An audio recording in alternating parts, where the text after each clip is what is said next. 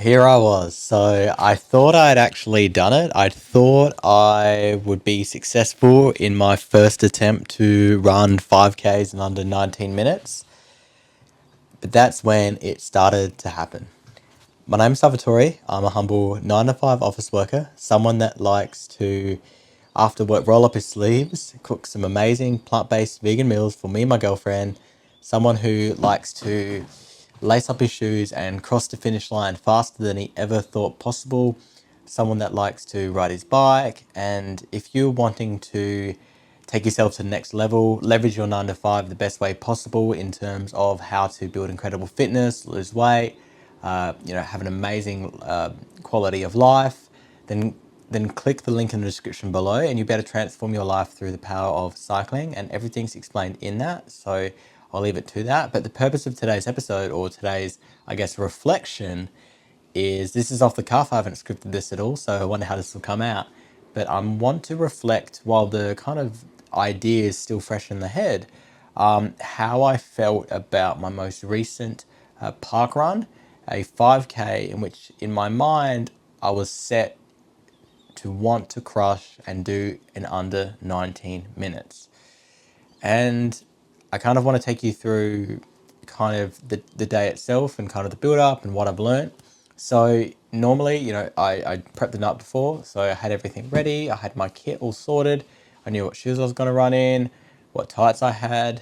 The weather was looking a bit funny, but it looked like it was going to be hot, but like no raining, no thunder, perfect. I kind of had an idea where the course was. It was a different course than I'm used to, but I still kind of knew where I wanted to go. I had a big meal the night before. Now, the thing is, with park runs, they're at 8, so I got up kind of early. So I was kind of thinking, well, it's more than an hour to go. I think I can get away with having 3 Weet-Bix in the morning before my run, in addition to my electrolyte drink I like having, with just a bit of, it's got electrolyte and it's got some sugars to top me up. And that's going to play a really important factor, because in my mind I was umming and ahhing and thinking, well, it's over an hour, it should digest in time, and it shouldn't cause me any issues. And then, of course, obviously my watch was charged, which will be interesting as well with my reflection shortly. And then, yeah, so I basically had everything ready to go. I knew where the course was, kind of. I rocked up. And I had my beetroot shot. So I had my final beetroot shot to really help to delay the lactic acid buildup, and to really push myself to see if I could get that, next level performance and really reap the gains and benefits. Leading into this, I'd run a 9.5K tempo on the Wednesday, so a couple days before. So I did this on the Saturday, so you got Thursday, Friday kind of as recovery. The last 500 meters was 3:23 or something, really quick. And then on the Friday, I just did a easy run.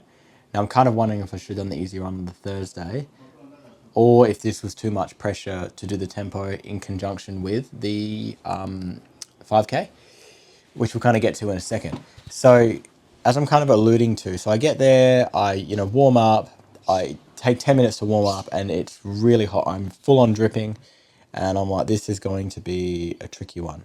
So in my mind, I knew already that I've conditioned myself to, for events like this when it's important, I think it's really good to like run without a singlet. So I'm just running like bare chested, and it kind of sounds a bit funny, but when every second counts and you're trying to do your best, does it really matter? In all honesty, so there was a lot of people, so I was still a bit nervous, thinking, who do they think I am or whatever. But I just put the music on and drowned it out. So we get to the start line. It hits go. I'm at the front because you kind of go, when you do a park run, you kind of go, people that are, sub 20 or about 20 minutes go to the front, and then everyone else kind of just work backwards from that in terms of where you want to finish. And I'm trying to like chat with everyone, see what pace everyone's trying to go for. Because there were a couple of boys at the front that looked pretty quick. One was like, I'm hungover, I don't know. The other one's like, I might try this. I'm like, well, none of this is helpful. So I couldn't even find someone to pace with, which is something I'm not usually doing. But I guess because it was an unfamiliar course, I was wanting to try to do that. I had my running watch, like I said. But here's the thing, hits go, and I'm like running. So I knew what my splits had to kind of be. Like my aim was, okay, first K, I'm going to run 350 and then like 348 and then like I think 346. then 344, and then like sub 340 or 340-ish. And that would kind of, get me what I'd need to get this just sub 19. And I guess like when it hit go, my watch kind of took a while to kind of adjust and tell me my speed. So when I found it out, I was like clicking at like 330 pace or even 320, I was like, whoa, I got to really slow this down. So that was kind of like the 400-500 mark. So I was like, have I potentially cooked myself too early? So I tried to like slow it back down, take it easy. And I kind of did. I was able to kind of round that first K out at about, I think it was, I wrote it down, 42 or 41. So we're kind of getting there. We're clipping along, and it was a bit quicker, but that's okay. We can kind of adjust everything else. And then the next K kind of, ticks over, and we hit about 355. So I said I was aiming for kind of, 348. I think with the difference of the 41, it's about there. But in my mind, I'm like, I really need to go a bit quicker than this to kind of hold it, and it's going to start to get tough. And sure enough, I kind of was right, because it was about the 2.5K mark. It kind of started, I've really started to feel the pain in my gut. And I was like, this is the Wheat Bix. This is the food. And I was like, oh, you got to be kidding. So in my mind, I'm trying to push, and the gut was just like, my gut was really in pain. And couple that with the fact that the weather was like really this sticky humidity, and it was kind of starting to affect my body. And then, as well as that, because I had mentioned I'd never ran this course before. Now, this is an interesting fact I considered. Pretty much the whole course is run along like a dirt path, if that makes sense. So prior to this, a day or so before, it rained. So I'm thinking that the dirt path has actually become a little bit more spongy, I'm going to say. So what I'm used to running kind of for the corporate carp, I'm pretty much running predominantly, apart from maybe a 200-meter stretch, on actual pavement. So I'm used to that spring and energy I get back from the pavement. So I kind of felt like I was a bit dampened on this run, if that makes sense. Like, the idea was to pick this park run because it didn't have much elevation gain. But I think like the issue of the ground being spongy, I know these are like come across as excuses, and I'm trying to like conquer the mountain and conquer life, my whole like catchphrase and everything. But these are some things that kind of started to dawn in my head as I kind of got to the post race, which I'll get to in a sec. So that was really tricky, and then that kind of led to the 4th K, and this was where it probably hurt the most. Like, my gut was really like pushing, like crushing me, and I was really like struggling to get underneath 4 minutes and hold it, and just everything was in pain. Like, I know 5K is not meant to be easy, but I think the additional stress of like the gut and kind of this humidity, which I'm not really used to running in, because we try to run early, run without a singlet, so you're trying to offset like a big amount of heat, but it's still not really doing anything. Because when we kind of started, it was about 24. So at this point, I'm into the 34, 35 degrees. Like, body heats up by about 10, 11 degrees when you run. So I'm really starting to feel the effects. And so it's kind of like where the wheels came off. And I kind of knew that like it would be tricky to kind of, without a miracle effort, like be really tricky to kind of get under that 19. So I'm just trying to like hold on, and I kind of, get it to about, 424, which is pretty embarrassing. But then in my mind, I'm like, well, we're here. I've got to try, somehow bring this last K back, see what we can do. See if we can turn on what happened at, all your tempo runs where you do like last 500 meters or a K at a very quick pace. But even trying to do that was tricky. Like at the start, I did that for maybe 200-300 meters, but it was just really, really hard to hold on, even with all that practice. So I think like kind of it was almost getting the better of me, but we did our best to push, and we finished just under 20 minutes, even though the goal of, I guess, being sub 19 was the ultimate. But like, it didn't feel like it was the end of the world.